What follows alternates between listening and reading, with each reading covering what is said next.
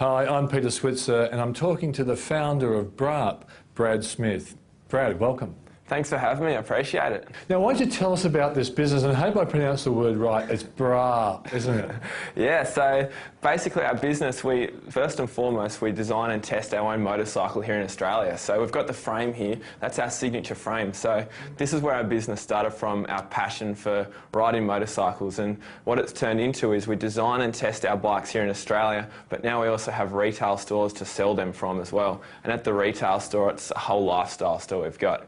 It's like a surf shop for motorbikes. We've got everything there. All the clothing, the tracks to ride on. We have mechanics in store, everything you need. And each shop runs a club as well, so it's become a whole lifestyle brand. So tell us what Mini Motocross is. Yeah, so Mini Motocross is basically everything you can do on a full-size bike, but on a bike, it's on a mid-size bike. And easiest way to explain it is it's like BMX on steroids. Okay. So how many people are involved in this country alone? Just earlier this year, we had a race with 200 people there and 5,000 fans. So that's at the top end of the sport. The biggest market for us is families riding, recreational riding, just people going out with their mates and having a good time in the bush riding. We cover such a wide demographic. You can have a 6-year-old ride our motorcycle and you could ride our motorcycle. So it's, I look forward to that experience, mate. Now, tell us why you went into retail.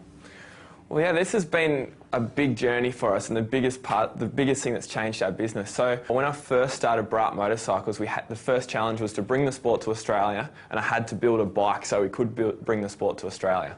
When I first did that, I was wholesaling the bikes to dealers right across Australia, and volume was great, sales were great, but the thing was, and our dealers were just, they weren't doing what we wanted to do. They weren't doing it how we wanted to do it. So you were selling a product, they were selling a product, and you wanted them to build a momentum to create a bigger market. Exactly. To me, they were in it for the money, where we were in it because we were passionate about it. This was my pride and joy. I needed to make it something better, and we wanted to build a sport. So that's why about 4 or 3 years ago, I decided my only option was to go back, travel around Australia, buy back all the BRAP bikes in Australia and tell them that I'm going to open my own stores.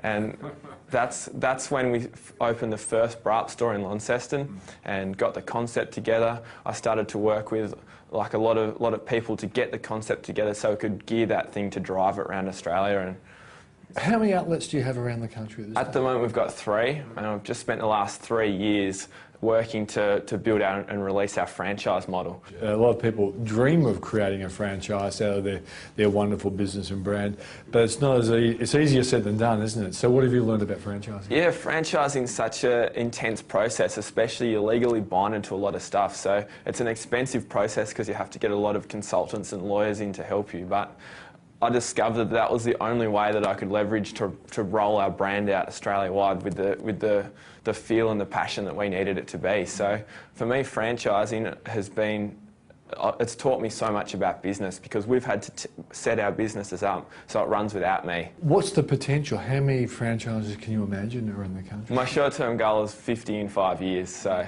that's more than viable, and we'll go from there. Have you had people come in to help you in areas where you might have had weakness, like, for example, capital injections to make the whole thing work, or have you been able to fund it yourself? Oh, funding's been a really, really exciting journey because our growth has been so aggressive. Funding's been probably one of the most difficult parts, and we're working with the Commonwealth Bank now, who's helped fund our wholesale growth and that sort of thing. Was it the passion for bikes that then led you to this business dream, or do you think you always were an entrepreneur in waiting?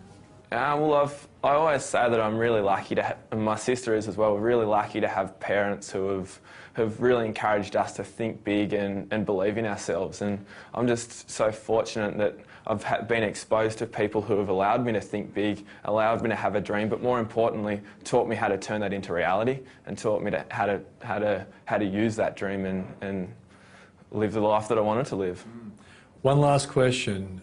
Why BRAP? Where does that come from? Well, if you go listen and think of the sound of a bike, BRAP. Okay. Can you show me? Yeah, no, I can't, but I'll believe you. BRAP is the name. Thanks for joining us. Thank you very much.